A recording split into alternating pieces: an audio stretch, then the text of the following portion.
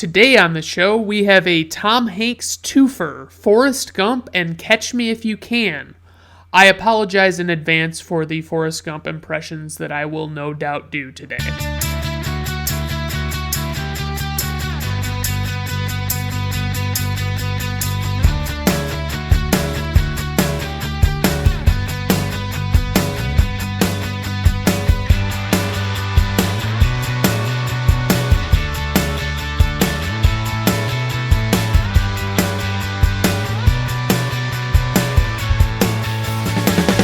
Alright everyone, welcome to Brandon at Random Reviews. I am your host, Brandon Griffiths. Thank you for tuning in, I do appreciate it. Today's show, as I mentioned, we've got a couple of movies as always to talk about, but I did want to talk a little bit about, first and foremost, my bizarre teenage-style interior decorating tastes in my house. I mean, I own a house and I've decorated it, but I've decorated it in a way that you might decorate, when you were in high school and you only had your bedroom to decorate, and so you just plaster the walls with movie posters and music posters and things like that. It's not a cool look, and, luckily I don't bring many chicks home, so they don't judge me too much for it, but, it is what it is. I try and I've got a lot hanging up. I've got obviously a lot of Batman stuff. Obviously that trumps all. And I've got some movie posters and some, varying sizes. Most of them are 24 by 36, but some of them are like 11 by 17. Some of them are even smaller than that. And it just varies, and there's all sorts of different things that I like to, and my biggest problem is I always want more, and realistically, I shouldn't get any more. I don't have any room to put any more of these posters up, but I somehow just managed to keep buying these posters. So I've got a Taylor Swift one, and I'm thinking putting that in my bedroom is probably not the best option, on the very slim chance that I actually do bring a woman home one of these nights. It's probably not a good look to have Tay-Tay just staring down and judging, I have a lot of collectibles, not just posters. I have Funko Pop bobblehead things, and I've got a number of other, replicas and action figure type style Hot Wheels, all sorts of different stuff. And I really do need to revamp, but I don't really want to I want to convert one room into a room that is entirely that stuff, and then the rest of it can just be by itself, I can have like a tastefully decorated house or something. I don't know. It's tough to say, where I want to head with stuff, because I really don't want to spend a whole lot more money to dress up my house, and I don't want the walls to be bare, so maybe if I just dialed down how much I'm putting posters up and putting things, I have the posters framed and everything. It's not quite the same. The other thing that I've been dabbling around in is the art of bicycling, which I have my own bike. It's been in my family for quite a long time. It's a men's Huffy, which I know is not like a top-notch bike brand, but it's a known brand. When I started looking at it, and I was like, God, I really want to give this a shot and see if I can take my, I wanted to, because it was a mountain bike, and it had mountain bike tires on it, and I'd never done anything like that with putting new tires on a bike, so I gave it a shot, and I went on Amazon and I found the right size tire, and I ordered a couple of hybrid tires that are designed to be used on asphalt, which is where I would primarily be using the bike. I bought tubes for those tires because that's the way bikes are. They have tubes in them, and those were ridiculously cheap. They were under $4 a tube, and it's I would have thought $20 minimum on those. So I was very pleased with that, and they worked out great. And in taking the mountain bike tires off of the bike, I effectively destroyed the old tubes. So I bought new tubes for both the new hybrid tires and to replace the old ones in the mountain bike tires. I had to adjust the brakes, and I contacted my local bike repair shop, and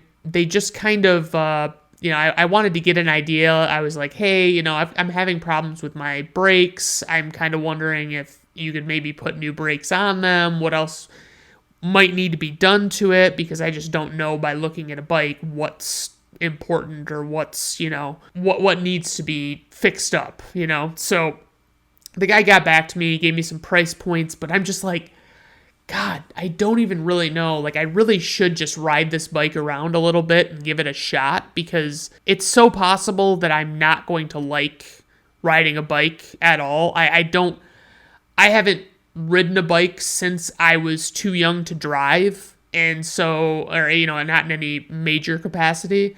And it's like, I just look at it and I'm like, I don't want to be one of those people out on the road, I mean, if you're a bicyclist, you know what I'm talking about, because even if you're not this kind of person on a bicycle, a lot of bicyclists don't think it's their job to, they'll ride on the road, which they're supposed to do. They're not supposed to ride on the sidewalk, and they will not stop at stop signs. They will not obey the laws of the road. I've watched them drive through stop lights. I've watched them, make lane changes or, do things that they have no business doing.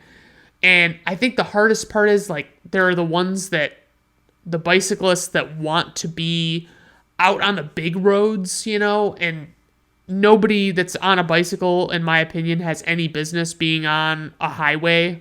I think you should only be on smaller streets and stuff, or, country back roads and stuff. It's not a good look, and it makes me lose a lot of respect for those that do bike, because they don't have, a lot of them don't have an ounce of respect for the road. So it's like, I get really fucking tired of it. And because I don't know if I want to get into the biking 100%. I don't know if I want to buy a bike rack or if I want to just leave it. I don't know if I want to invest any of this money in actually, start dicking around with this, because it's just going to be a money pit. And it's like, am I really going to use it as much as I think I will? Because, I mean, maybe if I got my bike fixed, it'd be in better shape. But I think in reality, I need to buy a new bike, which is fine, but I need to know if that's actually a good investment or not. And I'm going to have to give my current bike more of a chance and just find out, hey, is it really all it's cracked up to be? Now, today's movies, I do hold near and dear, okay? I love these films, and I mean, spoiler alert, I really enjoy these movies. I can't get enough of them. Anytime I watch them, I'm captivated by them. I can't look away, and I cannot wait to talk about them.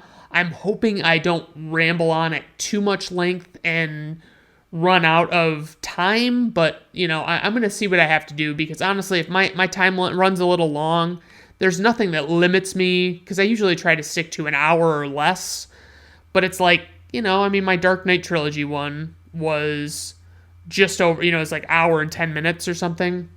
And by the way, my sister just called me to chastise me for not knowing the backstory about why Taylor Swift is re-recording her albums, which I found funny, because I had no idea. I don't, maybe it's like I don't pay enough attention or something, but, it's basically like I was talking with all the other bands that re-record their songs. It was like, she's doing this so that she has the rights to her songs and the record labels don't.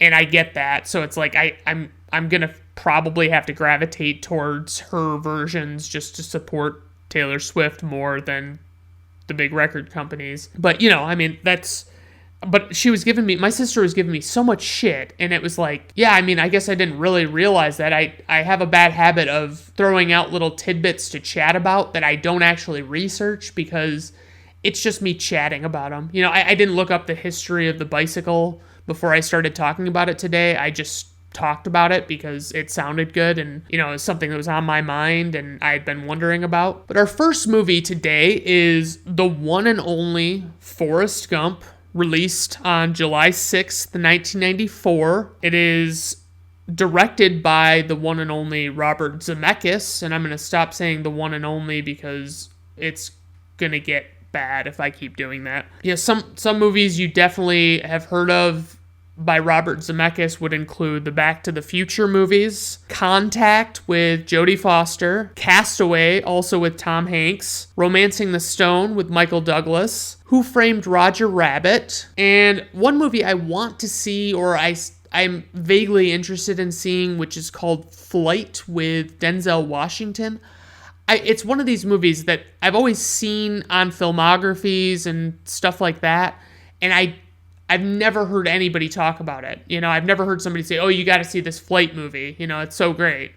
You know, and I mean, it could be a very good movie and it's just underrated, but it could also just be mediocre, and that's why I haven't heard about it. So that's where I kind of come to a bit of a tough decision with some of these movies, because I want to watch all the movies all the time, but it's also tough when you have a feeling like you might get something shitty when you're watching the movie. This movie was written, basically adapted for the screen from a novel by Winston Groom, a 1986 novel to be specific. The screenwriter was Eric Roth, and he has been on a lot of stuff, but he did Dune, which would be an adapted screenplay, Extremely Loud and Incredibly Close, Curious Case of Benjamin Button, The Insider, Ali, The Good Shepherd, Munich, which I was not as big of a fan of, and A Star is Born. And I like the music in that one, but I didn't really care for the movie quite as much. But most of those ones that I listed, they are adapted screenplays, or they are remakes, or, you know, something where, so I don't know how good, you know, what chops he has as a writer, but I mean, he's got some big movie names under his belt, so that's still impressive regardless. The composer for the score of this movie, it's very important that you are distinctive about what's a score and what's a soundtrack. Score is just the instrumental music that is made specifically for the movie. The soundtrack features regular pop-type songs that are not necessarily made for the movie, and they have vocals usually. So some of Alan Silvestri's, I mean, he's the composer on this movie, and he has done multiple Marvel movies. He did Ready Player One. He did the Back to the Future movies. Who Framed Roger Rabbit? A movie that is not so bad it's good. It's so bad it's bad. It's a legitimately terrible movie. It's called Mac and Me, and it's like a movie produced by McDonald's, if I'm not mistaken. And it is terrible, and it's kind of hilarious. Every time Paul Rudd comes on, he comes on a late night show, and he always, instead of playing a clip from the movie he's about to star in, he plays this same clip where this kid in a wheelchair flies off a cliff in Mac and Me and lands in a giant pond or lake or whatever you want to call it. It's a terrible movie, but I was really surprised to see that he had been involved. Alan Silvestri actually put his name on that, but it was very early in his career, so I guess that's probably why. He also did Predator, which I talked about, was a good score, but it was of its time. It didn't really, it just felt dated. Then we move on to the cast of this movie. And honestly, the cast is not that stacked, It's not like you just keep seeing one name after another that is a person you've heard of 100% or anything. There's like 3 or 4 people that I've seen in other things, and then the rest of them are pretty much not popular people. First and foremost is Tom Hanks, the lead. He plays the title character of Forrest Gump. He is in so many movies. He's in the other one I'm going to be talking about today called Catch Me If You Can. He's actually more of a supporting role in that movie. He's in Saving Private Ryan. He's the lead in that. Toy Story, Sully, Philadelphia, Road to Perdition, Castaway, The Green Mile, Apollo 13, Big, and those are like my favorites of Tom Hanks, but he's obviously in a bunch of others. I mean, he's in the Da Vinci Code movies, which I was never super crazy about, never really got into the books. Don't really, I don't really have a huge fanship for those. He was also in a movie called Larry Crown, which I had to stop watching after like 5 minutes. And actually, a girl I used to date who is married with a child now, but I asked her about that movie, Larry Crown, because she is a huge Tom Hanks fan, and she has, watched every Tom Hanks movie, and she just loves him. She said she went to see Larry Crown on her birthday, and she could not have been more disappointed by that movie. It was that bad. Some to see. I do want to see The Post, which looks like it could be really good with Tom Hanks. And I've seen Bridge of Spies, but I'd like to rewatch it because I don't know if I gave it a fair shake the first time through. Also featured in this movie, Gary Sinise, who plays Lieutenant Dan. I most specifically remember him from... He was actually in CSI New York, the TV show. Oh, and he was in Apollo 13. That was another big one. But most of the other ones that he was in, I don't remember him from, or, I've never seen or whatever. Robin Wright, also known as Robin Wright Penn, plays the character of Jenny. And she is great in The Princess Bride. She is literally the Princess Bride. She's in the Wonder Woman movies and all of the connected DC films for that set of movies. She's in The Girl with the Dragon Tattoo, the American one, with Rooney Mara and Daniel Craig. She was in Unbreakable, which I've covered on this podcast. She was pretty good in that. Kind of a bit part, but still good. One movie I keep seeing pop up for different reasons is called Beowulf, and I remember the story Beowulf from, I think it was like British literature in high school, Brit Lit, and it was like, I don't remember the book being anything to write home about, but this Beowulf movie it's like an all computer animated movie, but it's made to look a lot more real than early computer animated movies, so it's like the characters actually look like real people. Also in this film, Forrest Gump, is Sally Field, who plays Forrest Gump's mother, Mrs. Gump. I know her most specifically from Smokey and the Bandit, which I love. 5 stars, 100%. Steel Magnolias, my mom and sister liked the movie growing up. It's got Julia Roberts in it, and it's kind of a chick flick, but whatever. And she was also Aunt May in the Amazing Spider-Man movies with Andrew Garfield, and she was pretty good in those. I always loved that those movies pivoted so hard to Marissa Tomei in that role, and it's just like, oh yeah, I can watch a movie with Marissa Tomei. I can deal with that, So basically, this movie, what it's all about is, I saw, and this isn't a direct quote, but I remember this movie is listed on, the guide for my TV one time, and I scrolled by it and I wanted to see how it described it, and it was something to the effect of, a simple-minded Southern man grows up and is indirectly involved in major events without realizing their historical significance.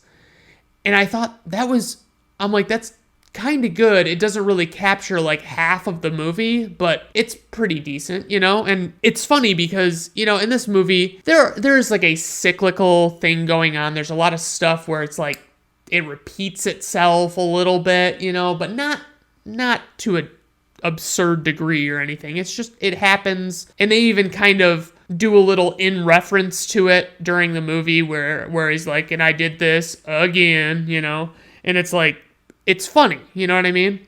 My uncle, who I talked to about this movie, and he said he had never seen the movie, and I was like, what the fuck do you mean you haven't seen Forrest Gump? Like, everybody's seen fucking Forrest Gump. Get the fuck out of here. And he was like, well, I was talking to a gal at work, and she said basically just one thing happens, and then it it just keeps happening again, and then and there's nothing really that great about it. And I was like, what? What an oversimplification load of shit that was, Like, I don't know. I mean, it just bugged me that was how they marketed this movie to him, and he believed them. So it was like he'd never watched it, and I was like, okay, that's fine. Forrest Gump's, to get a little more into the plot than that synopsis I read. When he's a little kid, Forrest is living with his mother, who runs this boarding house in a fictional town called Greenbow, Alabama. He meets a girl on the bus who is the only one that'll let him sit next to her,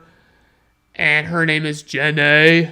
And he has like braces on his legs, which I've never seen in real life, but I don't know if that's more of a dated thing. If maybe now, if a kid were born with similar condition because he had like a curved spine or something, maybe they would do something differently to accommodate that or to rectify that, and they wouldn't put braces on his legs. But I honestly don't know. He meets a lot of celebrities in this movie. He meets the president. He goes on to be, he figures out that he can actually run despite those leg braces. Like, he sheds those pretty quickly. Sorry to give it away, but I'm assuming you've already fucking seen this movie. He goes on, he goes to play college as, he's a football player in college.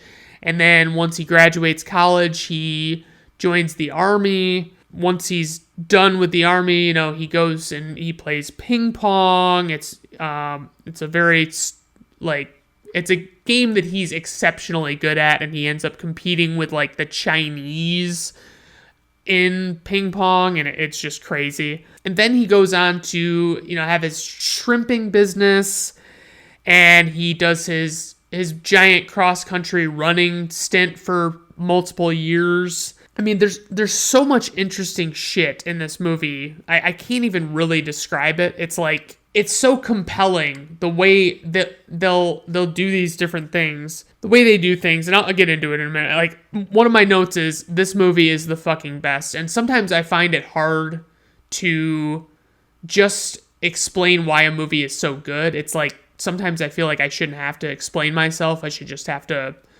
say it's good and leave it at that, but I'm going to do my best here. So, it's one of my all-time favorites. The performances, everybody in this movie, there is not a single actor in this movie who feels like they should have been upgraded. They should have had somebody better in their role. They all do an amazing job.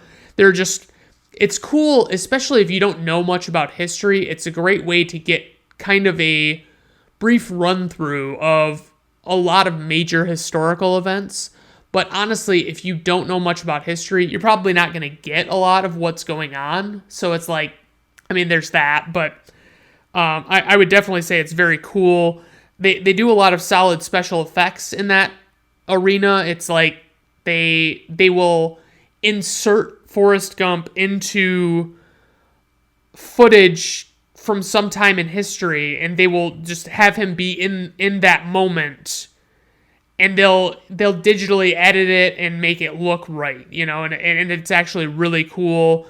It doesn't look stupid or anything, it's like, holy shit, that's really fucking cool that they can do that. The cinematography is amazing. It's a very well shot movie. There are a lot of scenes, like I mentioned, there's a scene where Jenny sees Forrest at, he's talking at a speech at the Lincoln Memorial, and all these people are gathered, and it's like digitally added people. There were like 1,500 extras, but they made it look like there were like 100,000 people at this fucking reflecting pool. And Jenny comes walking across the reflecting pool, and it's so cool. Like, all you can think is like, how the fuck did they do that? Especially in that day and age. But I mean, there are just a ton of incredible shots. It's just a very well shot movie. My God. Some things I will mention about this movie that I guess I have to say, because I can't just say all good things.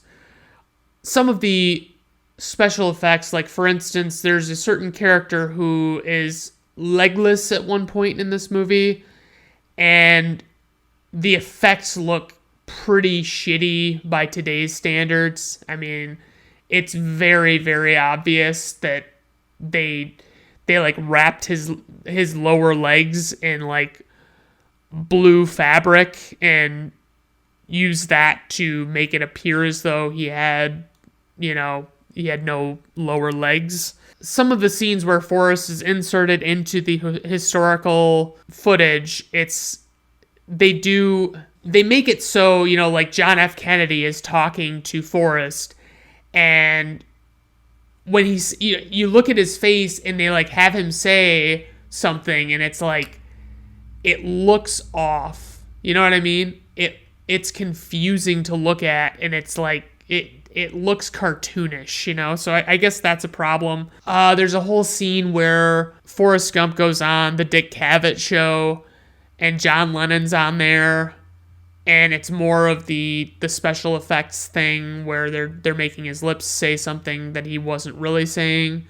But basically, Forrest Gump supposedly is supposed to have served as inspiration for the song Imagine by John Lennon, which is, it's kind of dumb. I'll admit that. It's, but my other criticism of this movie is that sometimes I feel like maybe I can't love it as much as it deserves, because I only have so much love to give, and it needs so much more than what I can. So, I mean, one of my favorite quotes of a character named Ron Swanson that I reference a lot is he's talking about, these, how he doesn't like frou-frou symbolism, and he says, that's why my favorite book is Moby Dick. It's got no frou-frou symbolism. It's just a simple story about a man who hates an animal.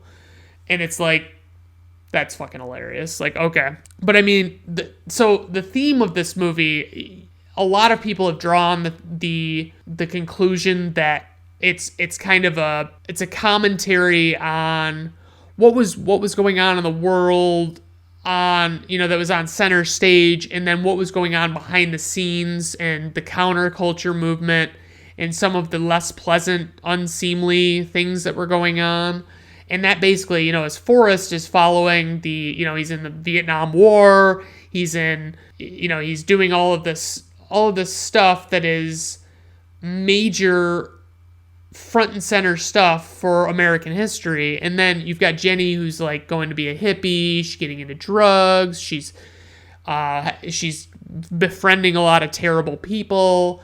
She's just not, I mean, it's clearly not going well for her, and nothing works out very well for her. A lot of people think that it has a lot of these themes. I don't really give a shit. I mean, I if I watch a movie and it's good, I'll tell you it's good. I mean, I don't need there to be, I don't need to fully understand whatever symbolic things. It's like, make the movie pretty good on its own 2 feet, before you try and be symbolic and make things mean other things. Maybe I'm alone in that. Maybe I'm sounding stupid. I don't know. A little bit of factoids for you. There's in the novel that I talked about from 1986, the character of Forrest Gump, I mean, they did change a lot of the novel for when they adapted it for the screenplay. The novel also had Forrest Gump become an astronaut, became a professional wrestler, and he also was a chess player. And I mean, I could see, like, it already seems like a bit much with all the stuff he's doing in the movie.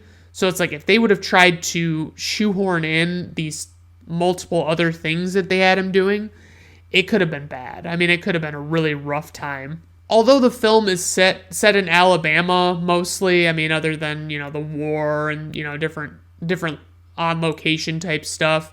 I mean, it's based in Alabama, but it actually was shot in South Carolina, North Carolina, and Virginia. There's always a tidbit that I see from this movie, and apparently this has been said that at the scene at the reflecting pool where Forrest Gump gets up to deliver a speech, somebody who, some radicalist or whatever you want to call him, gets into the audio equipment and disconnects the microphones while Forrest Gump is about, just as he's about to talk. And then he says all this stuff, and, they stop the guy that was unplugging everything.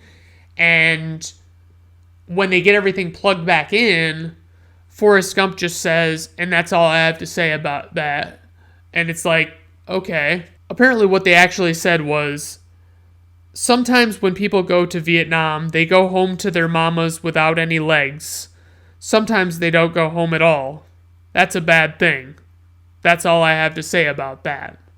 So, actually that would be a little too profound, I think, for this character, but it's also simplistic enough that it would fit. Apparently, Tom Hanks did not actually take a salary for this movie. He was paid percentage points for this movie, and it ultimately netted him $40 million for this film, which is percentage of the, of the profits of the movie. The ball and the ping pong scenes is pretty much always CGI, as far as I know. The scene with Elvis, Kurt Russell voices Elvis, and the one that blew my mind that I had never heard of before was that Bill Murray, John Travolta, and Chevy Chase all turned down the role of Forrest, okay? Zemeckis actually wanted Bill Paxton for the movie, and they just didn't feel like he was a high-profile enough actor, so the guy who wrote the book actually wanted John Goodman for the role, which is crazy to me, because, it's John Goodman. He would have been at the height of his Roseanne days, so, it's crazy to think that could have been him, but, whatever. Piggybacking off that note, another thing that I would be remiss if I didn't mention is the fact that this has to be one of my favorite soundtracks of all time. And I love the score from Alan Silvestri, and he's got a very cool instrumental score for the movie. But this movie introduced me to so many of the greatest songs of the 50s, 60s, and 70s that I find it hard to even wrap my head around it, it's fucking crazy. And, you couldn't get them all on a CD, unless you got, I think, a special edition version of it.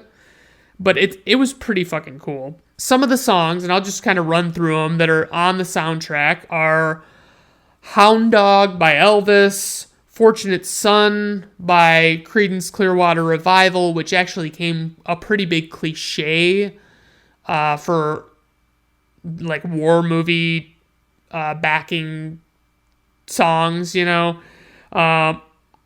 I Can't Help Myself, Sugar Pie Honey Bunch by the Four Tops, Respect by Aretha Franklin, California Dreamin', For What It's Worth, or California Dreamin' is the Mamas and the Papas, For What It's Worth is Buffalo Springfield, Break On Through to the Other Side by The Doors, Mrs. Robinson by Simon and Garfunkel, which was originally featured in The Graduate, Get Together by the Youngbloods, Turn, Turn, Turn by the Byrds, Everybody's Talkin' by Harry Nilsson, and that was originally featured in Midnight Cowboy, Joy to the World by Three Dog Night, Sweet Home Alabama by Leonard Skinnard, Runnin' on Empty by Jackson Browne, On the Road Again by Willie Nelson, Go Your Own Way by Fleetwood Mac. Now, that is a fucking stellar list of songs I just went through. And that is, it's got to be probably the best soundtrack, one of the best, if not the best soundtrack I've ever heard. So this movie did win Best Picture, and Tom Hanks won Best Actor for it. I always find it interesting. There were other movies that I didn't look up, but so Forrest Gump obviously won, but Four Weddings and a Funeral was also nominated. Pulp Fiction, which is also nominated, and that was the one that John Travolta, I believe, ended up just going all in on, which I can't say it was a bad idea because, I mean, this movie would not have been good with John Travolta in it. I'm sorry, it just wouldn't. Quiz Show, which is one I need to see, but I still haven't gotten around to. And The Shawshank Redemption, which, man, that's a tough year for Shawshank Redemption to come out in, that they have to go against Forrest Gump. I mean, I can't fucking believe it. So anyway, the runtime of this movie was 142 minutes. The budget was $55 million, which seemed low to me, given the amount of special effects that were at hand. Industrial Light and Magic, it just seems like they would have been more expensive, so I don't know. Worldwide gross to date is $678.2 million. This film has an IMDb rating of 8.8, a critic's score on Rotten Tomatoes of 71%, which I added a nice little note about that. I said, eat shit. And then the audience score was 95%, which I get it, okay? My personal rating is going to be 5 out of 5 stars. I promise you that. It's such a great fucking film. I love it. It's one of my all-time favorites. If we took Batman out of the equation, it would definitely be top 5 without question. I just don't know. I never like to rank movies because I don't feel like you're comparing apples to apples with that. But it is what it is. For our next movie, we'll be talking about a little film called Catch Me If You Can. And it was released on December 25th, 2002, Christmas Day, in case you didn't know. It was directed by the one and only Steven Spielberg. It's the last time I'll say it. You know, I usually list off a few movies by the director of the movie. Steven Spielberg has had a couple of decent hits, you know, 1 or 2 decent movies. He made Jaws, Saving Private Ryan, Indiana Jones, the whole fucking series, E.T. the Extraterrestrial, Schindler's List, Jurassic Park, Minority Report, Hook, Close Encounters of the Third Kind, which I wasn't super impressed with. I do want to see The Post, and I want to see 1941. Those 2 movies keep popping up for me, and I need to check them out. So this movie is based on a true story. It's billed as being inspired by true events because there is quite a bit of diversion from the source material on this. You know, there's a lot of stuff in this story, you know, movie-wise that doesn't happen, or that I should say didn't happen in real life, you know. It's about a guy named Frank Abagnale Jr. It's a real guy who really conned people. You know, as I said, the movie was partially fictionized. I'll get into the plot a little more than that, but it's very cool. You know, he wrote this book, and, you know, there's been a whole lot of stuff that has gone on in the making of this movie because it has been on the docket for so long and been passed around. I can't believe it actually ended up good. For the composer of this film, I put John Williams. It is... the guy has so many scores, and I'll list those off, but, you know, at least the highlights. But this one, it fits the movie so perfectly. It brings the movie to life in a way that anybody else, if they would have been in this, you know, in the seat of having to compose for this movie, it wouldn't have come out as good. It just wouldn't have. So obviously, you know, John Williams is a big name. I'm just kidding around, but he's got some amazing work. He did all of the main trilogies of Star Wars. He did all of the Indiana Jones movies. He did a couple of the Superman movies with Christopher Reeve. Did the Harry Potter movies, E.T., Jurassic Park, Saving Private Ryan, Home Alone. He obviously frequently collaborates with Steven Spielberg and George Lucas, and, you know, so it's pretty nifty. Oh, and he did Jaws. I mean, Jaws was the big one that, like, was his breakout, you know. I think he composed the Fiddler on the Roof songs because it's a musical. But I mean, he is a fucking solid guy all around. And the only thing that bummed me out was I recently saw an article that stated that John Williams had said that his last movie that he was going to compose for was going to be Indiana Jones 5.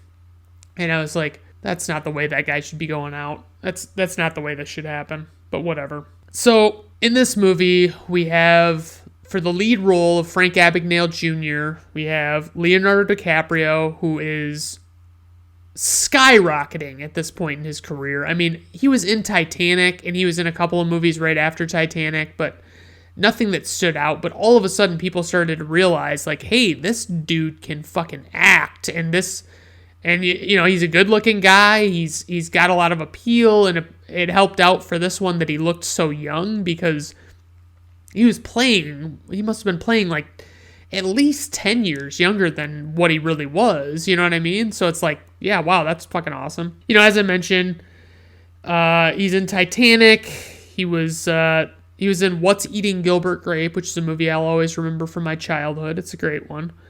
The Departed was a solid film. Martin Scorsese, who he frequently collaborated with after this.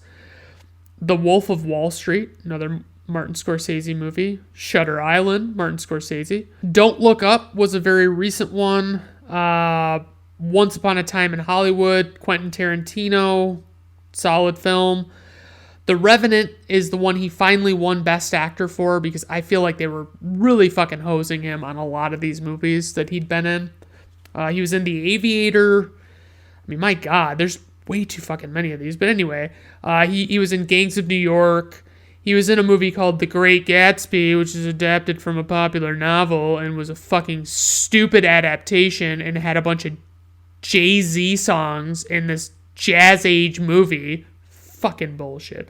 Anyway, he was in a great underrated movie called Blood Diamond. And two movies that I'd like to see with him in it are Revolutionary Road with Kate Winslet and The Quick and the Dead, which is like a Western from the mid-90s, which is solid. I mean, I've heard it's solid, I should say. And obviously, like I promised, you know, Tom Hanks is in this movie. He plays FBI agent Carl Hanratty, who, that's not actually the name of the agent that was chasing Frank Abagnale Jr. It was just, you know, the real guy didn't want his name used, so Frank Abagnale, like, respected that and named him after, like, a football player or some fucking thing. And I won't get into Tom Hanks' filmography again. I mean, even though there's more to talk about. Christopher Walken plays Frank Abagnale Sr. He was very good in this movie as well. He's, some of his biggest movies are like The Deer Hunter. I liked him in Wedding Crashers, although it was a pretty small role. Man on Fire, he was solid in. He was on screen for less than 5 minutes in the movie Pulp Fiction, and he was amazing. He was in the movie Seven Psychopaths with Sam Rockwell, which was not a very good movie. I was really disappointed by it when I finally saw it. And it wasn't even like it was rated poor, you know, it's just like, it was clearly overrated. People didn't want to admit that they had seen something that wasn't as good as it should have been.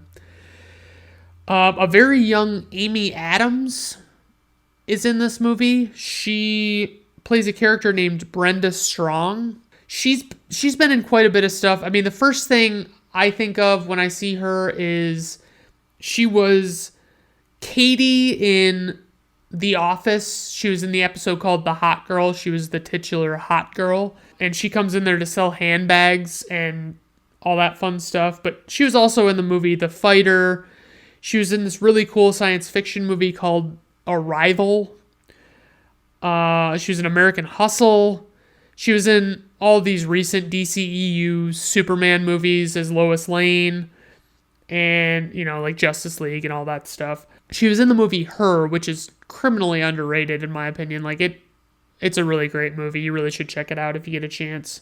So we also see Martin Sheen, James Brolin, Ellen Pompeo, who is Grey from Grey's Anatomy, and this was before that happened, and I think around the time that she would have probably been in Old School. And then Jennifer Garner is in this for a scene. Elizabeth Banks, very early, like not so early, because I think she was already in the Tobey Maguire Spider-Man movies by this time, but still very early for her. But I mean, the basic premise of this movie is this kid goes off on his own when there starts to be trouble with his parents, as far as them getting divorced or whatever. He learns from his father how to con people and how to, get his way in certain things. He starts writing forged checks and, just passing them off as authentic and trying to get people to cash them. And he learns a lot about how they work and what he needs to do to make them work. And then he starts pretending that he has jobs that he doesn't have. He pretends to be a substitute teacher. He pretends to be a pilot. He goes all over the place. I listed the note of charms numerous up-and-coming hotties, which I guess you could say. I mean, like, Jennifer Garner is in this movie, but she was not in... she was not new to the scene. Like, she was already in the show Alias, so it was a pretty small part for her to take. And, Tom Hanks's part in this movie is investigating Frank Abagnale Jr., what he's doing. It's all of this fraud that they've never seen before in their life. You know what I mean? They're looking at it, they're like, how the fuck is he doing this, Leonardo DiCaprio's character, Frank Abagnale Jr., is frequently... he sees his dad multiple times in this movie, and his parents are clearly, not together anymore, and they're not getting back together, and he still has this childlike belief that they're going to get back together, so he always talks about it to his dad, and it's really awkward. But it makes sense. He was a child when he left, and he's growing up, but he never, learned how to look at things a little more objectively and understand what was really going on. I mean, some of my favorite parts of this movie are just seeing his process and how he does these, these fake checks, and, what different methods he used, and, different ways that he got those checks made, is very cool. I mean, throughout this movie, he also just charms the pants off so many people, literally, that it's and then he just regularly charms the people that he doesn't charm the pants off of. But, I mean, he's so great. He does such a good job of being that guy that's, that's sweet-talking people, I would say that some of the cooler things of this, just to critically speaking, say... the storytelling style, the way, you're watching basically you're watching older Frank Jr. as he's being apprehended or whatever, and then you're flashing back to young Frank Abagnale Jr., and it's very cool the way they do it.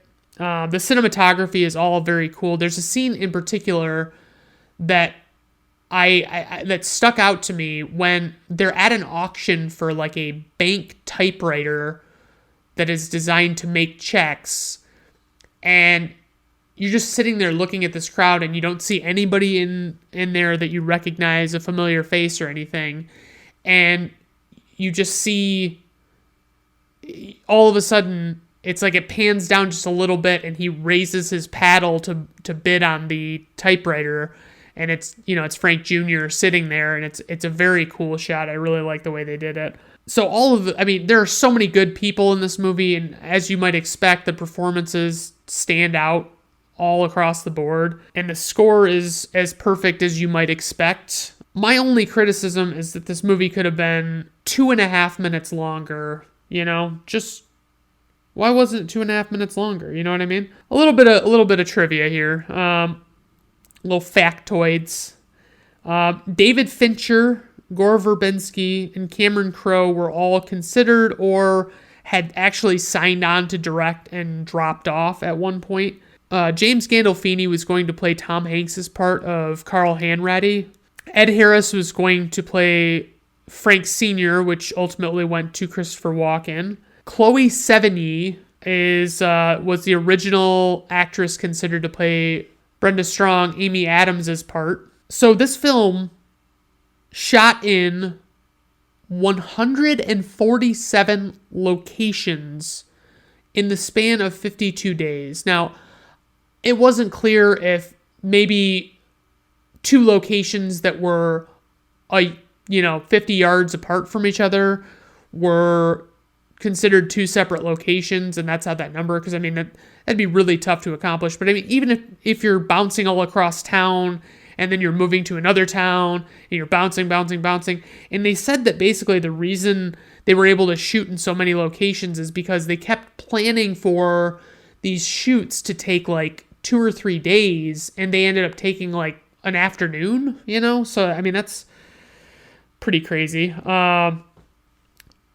So the real Abagnale Jr. had little to no involvement in this movie, and it seemed like he didn't really want to.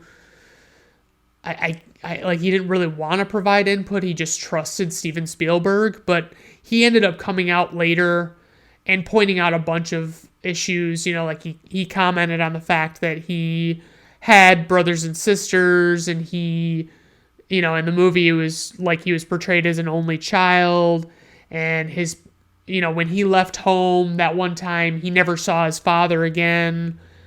And throughout the movie, he sees his father repeatedly, just stuff like that. DreamWorks did, as I mentioned, they labeled this inspired by a true story because a lot of flack had been given to the movies A Beautiful Mind and Hurricane, which were based on true stories, but they got a little liberal with what they talked about and what, how the story was told and stuff like that, and it wasn't actually what it needed to be. This one was 141 minutes long. Like I was saying, if it would have been 143, 144, man, this would have been perfect. I'm obviously joking. I really enjoyed this movie, and it didn't need to be any longer or any shorter. It was perfect just the way it was. The budget for this film, $52 million. Worldwide gross to date, $352.1 million. It had an IMDb rating of 8.1. The critic score on Rotten Tomatoes was 71%. And I say to that, fuck right off. The audience score on Rotten Tomatoes was 95%. Fantastic. My own personal rating of this movie is 5 out of 5 stars. I love it. I can't get enough of it. It's one of my all-time favorites. If you haven't seen it, give it a shot. I mean, both of these movies are actually available right now on Netflix, so that kind of works out super well for you. If you've got Netflix, I mean, just hop on there, and if you haven't seen Forrest Gump, you've been living under a fucking rock your entire life, or you listen to people like my uncle explain movies to you poorly. But, I mean, Catch Me If You Can is one that I don't think got as much recognition in its day, and I remember I saw it in theaters. It's spectacular. It was a great fucking movie. It's just, there's only so many of these movies, guys. I can't recommend enough of them, and that's what I love, is that I can rewatch these movies and not, I can remember almost every aspect of them, but I still enjoy them. That's how good they are. So, I mean, stay tuned for more reviews. Thank you for tuning in. As always, I love each and every one of you individually, and I wish you all the best. Please let me know if there are movies that you would like to see me cover on this show. Have a good day. Thank you for your time.